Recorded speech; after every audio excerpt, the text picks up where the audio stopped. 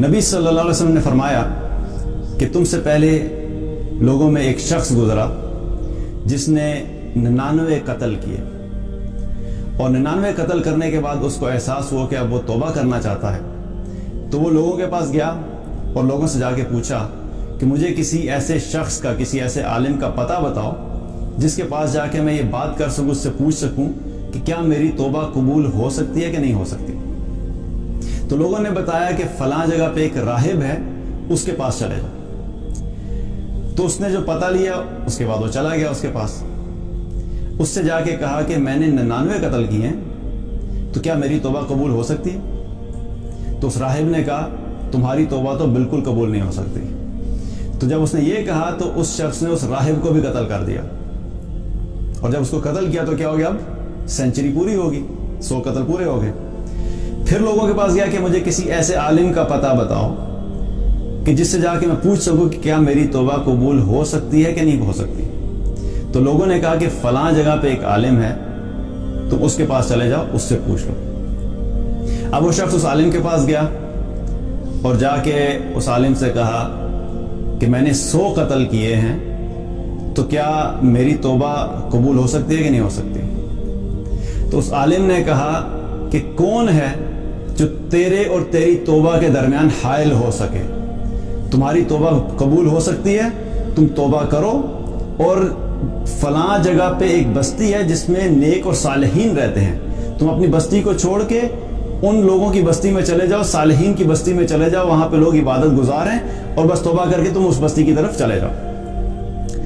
اس شخص نے یہی کیا، توبہ کی، اپنا علاقہ چھوڑا اور اس بستی کی طرف جانا شروع کر دیا جو صالحین کی بستی تھی۔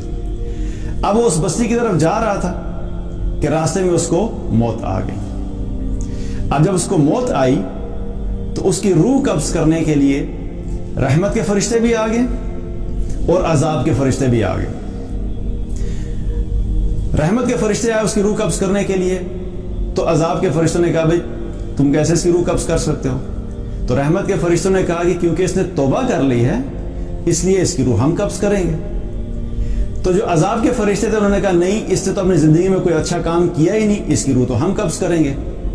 اب دونوں فرشتوں کے درمیان کیا ہو گیا، ڈسپیوٹ ہو گیا کہ کون اس کی روح قبض کرے گا۔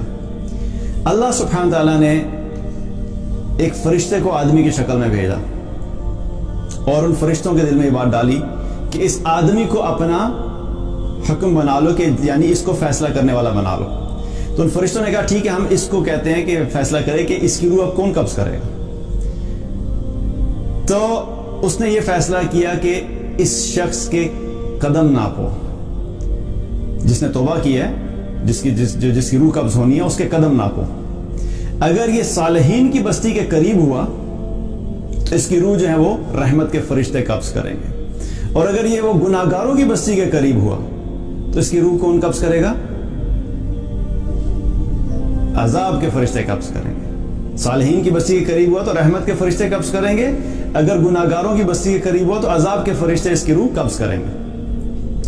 اب جب یہ فیصلہ ہوا تو دونوں فرشتوں نے ٹھیک ہے، اس کے ناپنے ہیں، قدم ناپتے ہیں۔ اب ہو کیا رہا تھا کہ جب اس کے قدم ناپنے کا وقت آیا تو اس کے کچھ قدم صالحین کی بستی سے دور بن رہے تھے۔ سو بیسیکلی اس رول کے تحت وہ اس کو کیا ہونا تھا، اس کو عذاب کے فرشتوں نے اس کی روح قبض کر لینی تھی، کیونکہ وہ صالحین کی بستی سے دور تھا۔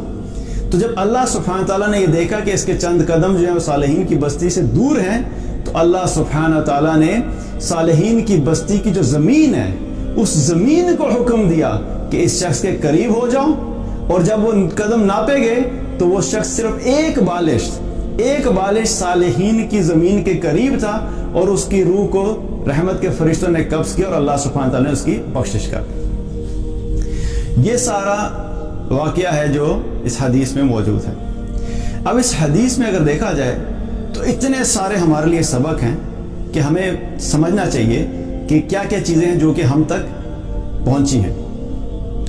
سب سے پہلی چیز کیا ہے کہ اس نے کیا کیا، وہ بہت بڑا گناہگار تھا۔ 1 قتل، 2 قتل، 10 قتل، کتنے قتل کیے تھے؟ 100 قتل کیے تھے، 100 قتل۔ تو 100 قتل کرنے کے بعد بھی اس کے دل میں احساس پیدا ہوا کہ میں نے بڑے گناہ کیے ہیں، میں نے بڑی اللہ کی نافرمانی کر دی، اس کے دل میں یہ احساس پیدا ہوا کہ اب مجھے توبہ کرنی چاہیے۔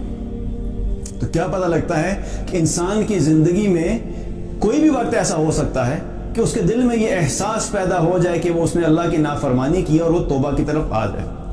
ہمیں ججمنٹ پاس کسی پہ نہیں کرنی چاہیے۔ ہم کئی دفعہ ہوتا ہے لوگوں کو دیکھ کے کہتے ہیں یار اس کو تو پچھلے میں 20 سال سے دیکھ رہا ہوں، اس نے ایک نماز نہیں پڑھی، میں اس کو پچھلے 30 سال سے دیکھ رہا ہوں، یہ تو فلاں جو ہے یہ زنا کا عادی ہے، یہ شراب کا عادی ہے، اور میں تو اس کی تو توبہ قبول نہیں ہو سکتی، یہ تو سیدھا جہنم میں جائے گا۔ ہم فوراً ججمنٹ پاس کرتے ہیں۔